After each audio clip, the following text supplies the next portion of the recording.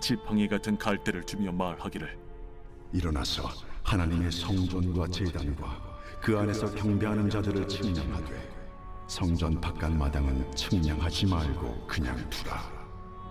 이것은 이방인에게 주었은즉 그들이 거룩한 성을 42달 동안 짓밟으리라.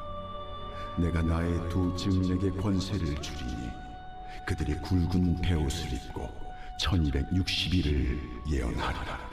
그들은 이 땅의 주 앞에 서 있는 두 감람나무와 두 촛대니 만일 누구든지 그들을 해하고자 하면 그들의 입에서 불이 나와서 그들의 원수를 삼켜버릴 것이요 누구든지 그들을 해하고자 하면 반드시 그와 같이 죽임을 당하리라. 그들이 권능을 가지고 하늘을 닫아 그 예언을 하는 날 동안 비가 오지 못하게 하고 또 권능을 가지고 물을 피로 변하게 하고 아무 때든지 원하는 대로 여러 가지 재앙으로 땅을 치리로다.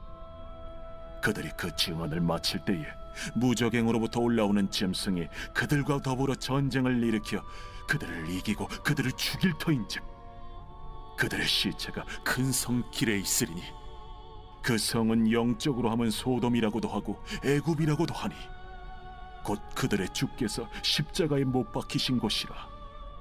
백성들과 족속과 방언과 나라 중에서 사람들이 그 시체를 사흘 반 동안을 보며 무덤에 장사하지 못하게 하리로다.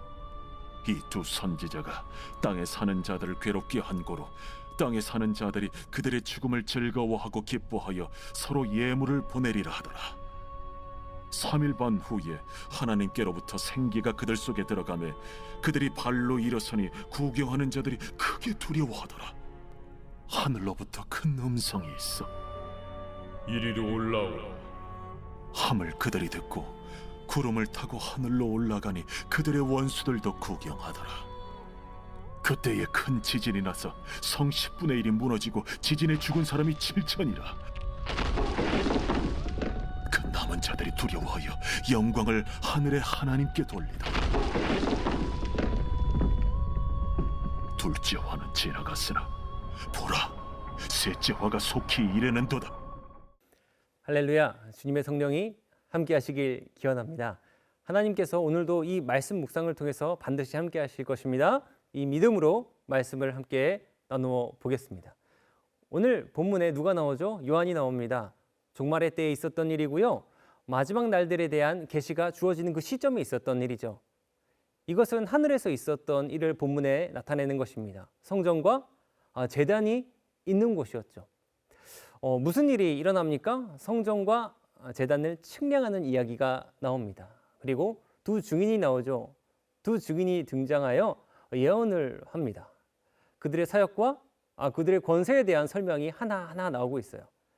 증인들이 예언하는 동안 일어나는 재앙과 또한 그들의 죽음, 그리고 부활에 대한 내용이 나오죠.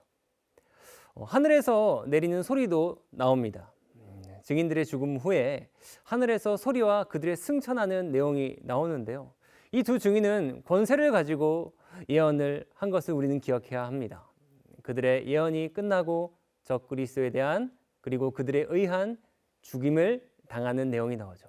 그들의 죽음 후 세상 사람들이 기뻐합니다. 하지만 하나님께서 그들을 다시 살리시고 하늘로 올리신 것을 보게 되죠. 우리가 이 내용을 대략적으로 머리에 잠깐 담고 자세하게 한번 말씀을 읽으면서 함께 묵상하도록 하겠습니다. 함께 살펴보도록 하겠습니다. 자, 5절부터 제가 봉독하겠습니다. 만일 누구든지 그들을 해하고자 하면 그들의 입에서 불이 나와 그들의 원수를 삼켜버릴 것이요 누구든지 그들을 해하고자 하면 반드시 그와 같이 죽임을 당하리라. 그들이 권능을 가지고 하늘을 닫아 그 예언을 하는 날 동안 비가 오지 못하게 하고 또 권능을 가지고 물을 피로 변하게 하고 아무 때든지 원하는 대로 여러 가지 재앙으로 땅을 치리로다. 이 내용은 뭐예요? 성전 측량과 그 증인의 예언을 말하는 겁니다. 요한이 지팡이 같은 갈대를 받습니다. 그리고 성전 그리고 제단을 측량하라는 명령을 받죠. 성전 바깥 마당은 측량하지 말라는 지시도 받습니다. 왜요? 바깥은 이방인에게 주셨기 때문이죠. 그리고 두 증인이 1260일 동안 예언할 것이라 합니다.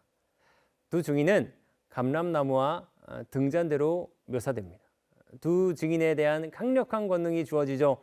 불, 가뭄, 재앙을 일으킬 수 있는 능력입니다. 이것은 하나님의 백성들에 대한 보호를 표현하는 것이에요. 하나님께서는 늘 하나님의 권능으로 우리를 보호하십니다. 모세의 하나님은 홍해를 가르셔서 이스라엘 백성을 구원하셨습니다. 여호수아는 여리고성을 정복했죠. 엘리야의 하나님은요, 하늘에서 불을 내려 이스라엘 백성을 구원하셨습니다.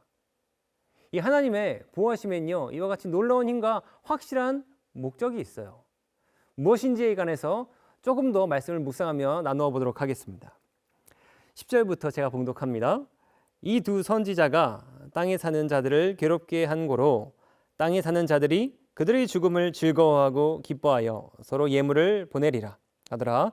3일 반 후에 하나님께로부터 생기가 그들 속에 들어가매 그들이 발로 일어서니 구경하는 자들이 크게 두려워하더라. 하늘로부터 큰 음성이 있어 이리로 올라함을 그들이 듣고 구름을 타고 하늘로 올라가니 그들의 원수들도 구경하더라. 두 증인의 죽음과 부활이 지금 설명되고 있죠. 두 증인의 증거가 끝납니다. 이제 무슨 일이 벌어질까요? 정말 무시무시한 일이 벌어질 것 같은 분위기입니다. 아니나 다를까 무적행에서 올라온 짐승이요, 두 증인을요 죽입니다. 당황스럽네요. 두 증인이 죽임을 당하다니요. 그런데 여기서 끝나지 않습니다. 두 증인의 시체가 큰 성읍의 길에 방치됩니다. 땅에 거하는 자들이 그들의 죽음을 기뻐하고 선물을 주고 받습니다. 이래도 되는 걸까요? 그런데 이제 반전이 시작됩니다. 3일 반 후에 하나님으로부터 생기가 그 두 증인에게 들어갑니다. 두 증인이 일어섭니다. 하늘로부터 그 나온 음성에 따라 두 증인이 구름을 타고 하늘로 올라갑니다. 그들의 원수들이 이를 이제 목격하게 되는 거예요. 근데 이 지금 본문이 말하는 메시지는 너무나 간단합니다. 하나님의 증인들이 박해와 고난을 겪을 것이다. 하지만 하나님의 도우심으로 어떻게 돼요? 최종 승리를 할 것이다. 너무나 간단하죠. 우리는 이와 같은 하나님의 도움의 역사, 구원의 역사, 해방의 역사를 체험하기 위해서 어떻게 살아가야 할까요? 13절부터 함께 묵상하며 그 이야기를 이어가겠습니다. 그때에 큰 지진이 나서 성 10분의 1이 무너지고 지진에 죽은 사람이 7천이라. 그 남은 자들이 두려워하여 영광을 하늘의 하나님께 돌리더라. 둘째 화는 지나갔으나 보라, 셋째 화가 속히 이르는도다. 심판과 하나님의 영광이 표현되고 있습니다. 어떻게 해요? 큰 지진이 일어나요. 그래서 성 10분의 1이 무너집니다. 결국 7천 명이 죽습니다. 이를 목격한 남은 자들은 어떤 마음일까요? 두려워하겠죠. 두려워합니다. 하지만 하늘의 하나님께 영광을 돌립니다. 왜요? 자신들은 살아남았으니 말입니다. 이제 둘째 화가 지나가고 셋째 화가 곧 올 것이라는 음성이 들려요. 이 본문은 하나님의 심판과 그로 인한 사람들의 반응을 보여줍니다. 성경에는 하나님의 심판과 이에 반응하는 사람들, 지금 본문과 같은 모습이 아주 자주 등장하고 있어요. 이스라엘 백성이 애굽에서 탈출할 때를 기억하십니까? 하나님은 홍해를 가르시고 그들을 구원하시는데 이스라엘 백성은 두려움과 경외심을 느꼈습니다. 하나님은 소돔과 고모라의 죄악을 보시고 그 도시들을 심판하시는데 두려워하는 아브라함과 백성들의 모습을 봅니다. 하나님의 심판과 백성들의 반응을 볼 때 공통된 단어가 무엇입니까? 두려움이에요. 우리는 두려움에 어떻게 해야 합니까? 지혜로워야 합니다. 그 삶은 무엇입니까? 두려움을요, 계획할 줄 알아야 한다는 거예요. 우리는 늘 말씀으로 두려움을 계획하고 있습니다. 늘 예배와 찬양과 기도를 하면서 말이죠. 선한 곳에 치유롭지 못하고 악한 데 밀어나지 못하면 결국 구원받지 못한다라고 우리 마음에 늘 새기며 예배드리고 있죠. 지금 이 시간도, 이 묵상 시간도 그와 같은 시간입니다. 말씀, 은혜, 예수의 이름이 아니면 아무 소용없음을 우린 지금도 고백하고 있죠. 이처럼 두려움은 말씀으로 계획할 때 구원을 낳는다는 거예요. 이것이 우리가 해야 할 원포인트 실천입니다. 이 한 가지만 실천하십시오. 두려움을 계획하는 삶을 사십시오. 두려움을 주도하십시오. 거룩한 두려움으로 사십시오. 이것이 우리가 해야 할 오늘 한 가지의 행동입니다. 우리 함께 기도하겠습니다. 사랑이 참 많으신 하나님 아버지, 우리가 두려움을 계획하게 해주십시오. 말씀으로 계획하게 해주십시오. 거룩한 두려움을 갖게 해주시옵소서. 그리하여서 진정 우리를 구원하시는 하나님의 놀라운 일을 우리가 체험하게 하여 주시옵소서. 그 체험이 오늘 하루를 가득 채울 수 있도록 주님 동행하여 주시옵소서. 예수 그리스도의 이름으로 간절히 기도드리옵나이다. 아멘.